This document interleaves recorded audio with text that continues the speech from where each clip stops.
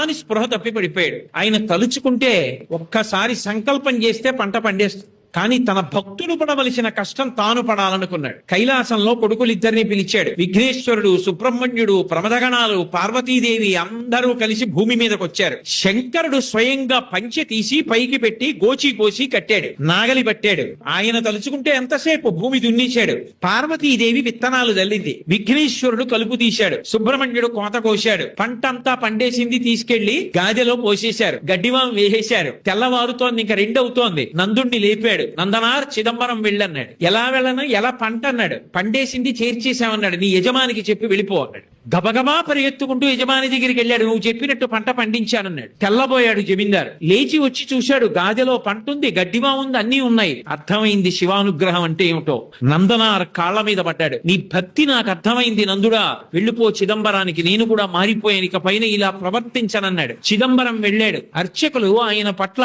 చాలా కఠినంగా ప్రవర్తించారు. అగ్నిలో ప్రవేశించు, నీకు దేవాలయ ప్రవేశం చేయిస్తా ఉన్నారు. అగ్నిహోత్రాన్ని రగలిస్తే శివుడికి నమస్కారం చేసి అగ్నిలోకి వెళ్ళాడు. అగ్నిహోత్రం పుష్పమాల అయి ఆయన మెడలో పడి